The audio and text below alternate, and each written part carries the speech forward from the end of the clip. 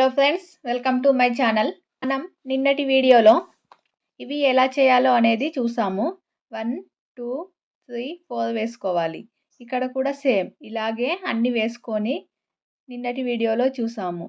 అప్పుడు 1 + 2 + 3 + 4 అంటే 10 వస్తుంది. ఇక్కడ 10, ఇక్కడ 10, ఇక్కడ 10, మొత్తం 30. 10 × 3 = 30. ఇలాంటి ట్రయాంగిల్స్ ఇందులో ఉన్నాయని నిన్నటి వీడియోలో చూసాము. ఇవాల్టి క్వశ్చన్ వచ్చేసి థర్డ్ క్వశ్చన్.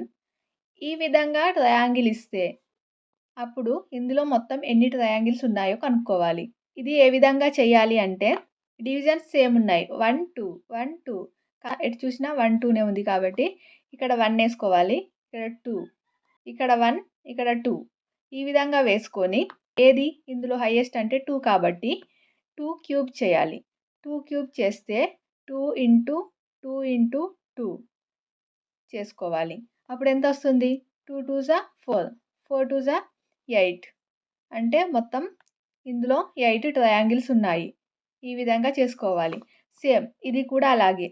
ఇలాంటి క్వశ్చన్స్ ఆర్ఆర్బీ గ్రూప్ డి కానీ అలాగే SSC state level group 2 group 4 ఎగ్జామ్స్లలో ఇలాంటి క్వశ్చన్స్ వస్తాయి. ఈ వీడియో నచ్చితే లైక్ చేసి సబ్స్క్రైబ్ చేసుకోండి.